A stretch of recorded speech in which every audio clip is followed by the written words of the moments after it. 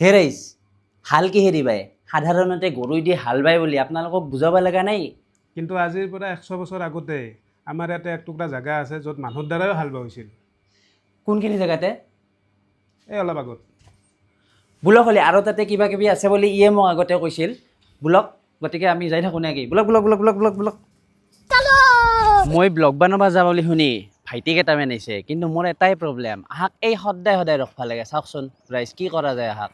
অসমৰ বিখ্যাত বিখ্যাত বিলবিলাকৰ নাম যেথেন ওলে আপোনালোকে নিশ্চয়কৈ শুনিছে কাপলা বিল বুলি এখন বিল আছে, আৰু মোৰ পিছফালে থকা এইখনে কাপলা বিল। কিন্তু আজি আপোনালোকক কাপলা বিলৰ কথা ক'ব অহা নাই। আজি যিটো জেগাৰ কথা ক'বা ওলছোঁ সেই জেগাটোত যাৰ আগে আগে আপোনালোকে এটা কাহিনী মন দি শুনক। আমি যাই পাওঁ মানে আপোনালোকৰ শুনা হৈ যাব। বোলক ভাবি লওকচোন, আজিৰ পৰা 100 বছৰ আগৰ ব্ৰিটিছৰ সময়ত ৰাতিপুৱা এটাত আপুনি চকু দুটা মেলি চাইছে, আৰু অলপ দূৰত ডাঙৰ গাছ একডাল দেখি গাছডালৰ ওচৰক লগি আপুনি আউগে গৈছে। তাৰ পাছত মাথাটো ঘূৰাই দিয়ে দেখলাক গাছডালৰ তলত কিছুমান কৃষকে কিবা এটা বিষয়ৰ ওপৰত আলোচনা কৰি আছে, আৰু লগালগ দেখলাক ঘোঁৰাত উঠি অহা মানুহ এটাই তেওঁলোকৰ কাষক লগি আগবাঢ়ি গৈছে, আৰু কৃষকখিনিও তেওঁৰ কিবা এটা কথাত প্ৰতিবাদ কৰিছে। তাৰ পাছত আপোনাৰ আগেদিয়ে এটা মানুহে একডাল বাঁহৰ লাঠি লৈ যায় খঙতে ঘোঁৰাত উঠি অহা মানুহটোৰ ফালে আগবাঢ়ি গৈছে, আৰু ঘোঁৰাত উঠি অহা মানুহটোক এক কোব মাৰি ঘোঁৰাটোৰ পৰা বাগৰি দিছে। আৰু সেই দৃশ্যটো দেখি তেওঁৰ লগত থকা বাকী কৃষকখিনিও সেইটো মানুহৰ লগত অহা মানুহকেইটাক মাৰবাক লগি আগবাঢ়ি গৈছে। আপোনালোকে যে এই কাহিনীটো শুনলাক, মানে কল্পনা যে কৰবা দিলোঁ আপোনালোকক, ফাইনেলি আহি সেই জেগাখিনি পালোঁ। মানে আপোনাৰ এই 1894 চনৰ কৃষক বিদ্ৰোহৰ ৰাইজমেল ক্ষেত্ৰ লচিমা পানাগাঁও। হ'লি ভিতৰত কি কি আছে খচখচকৈ চাওঁ বোলক, না কি কয় বোলক। এই যে ভিডিঅ'টোত আপোনালোকে দেখা পালাক জেগাখিনি, সেইখিনিয়ে হৈছে এখিনি জেগা য'ত মানে একডাল বৈদ্য ডাঙৰ গাছ, তাতে বহি ৰাইজে ৰাইজমেল কৰি আছে। ধৰক এই সিডালে গাছডাল, কিন্তু আজি কেইবছৰমান আগত ধুমুহাত গাছডাল ভাঙি গ'ল দিয়কচোন।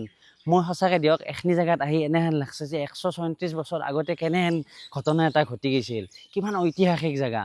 চাওক, ভাৰতৰ স্বাধীনতা আন্দোলনৰ ইতিহাস আমি যিমান দূৰক লগি চাব যাওঁ তাতে কিছুমান বিশেষ জেগাৰে নাম দেখা যায়, যেনে দিল্লী, কলকাতা। কিন্তু অসমৰ বৰপেটা জিলাৰ লচিমাত থকা এই যিখন পানীগাঁও টোপ নামৰ গাঁও, তাতে যে কৃষক বিদ্ৰোহ হৈছিল, ভিডিঅ'টোত যে আপোনালোকে যে দেখা পাইছিল এই গাছডালৰ কাষেদি এটা মানুহ ঘোঁৰাত উঠি আহিছিল, তেওঁ আচলতে ব্ৰিটিছ চৰকাৰে হঠাতে মানে ভূমিৰ কটটো 70ৰ পৰা 80% কৰি দিয়াৰ কাৰণে এই ৰাইজমেলখনতে হৈ আছিল, যিখন আপোনালোকে ভিডিঅ'ত দেখা পাইছিল। এই যে ঘোঁৰাত উঠি অহা মানুহটো আছিল, তেওঁ এই অঞ্চলত তাৰমানে মৌজাদাৰ। তেওঁৰ নাম দাসৰাম চৌধুৰী, আৰু তেওঁ নিবা আছিল সেই বৰ্ধিত কৰ। ব্ৰিটিছে তাৰমানে সেই সময়ত ভূমিৰ কৰটো 70ৰ পৰা 80% হঠাতে বৃদ্ধি কৰি দিছিল। একচুৱেলি ৰাইজমেলখন সেইটো কাৰণতে হৈ আছিল।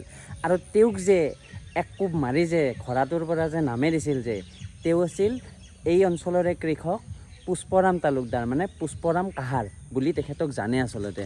আৰু সেই ঘটনাটোৰ পিছত ব্ৰিটিছ বিষয়া সেই পুষ্প কাহাৰক লৈ যাইতো জেলতে ধলাক, আৰু তেওঁৰ লগত যিখিনি মানুহ এই ৰাইজমেলখনত বহি আছিল সেইখিনি মানুহকো তেওঁলোকে লৈ গৈছিল।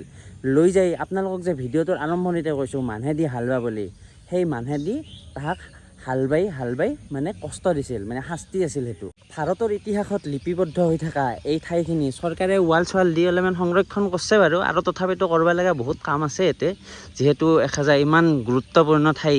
আৰু এইফালে এটা কুঁৱাও আছে, ঘৰ এটাও বান্ধি থৈ দিছে। গতিকে আপোনালোকে যদি সৰ্থেবাৰীৰ ফালে কিঠানবা আহে, মানুহ সুধি পুচি হ'লেও এই ঐতিহাসিক ঠাইখিনিত একবাৰ অলপমান পদধূলা ফেলে থৈ যাব, মানে এটা চাই যাব আৰু নাকে কয়। ধন্যবাদ। বল।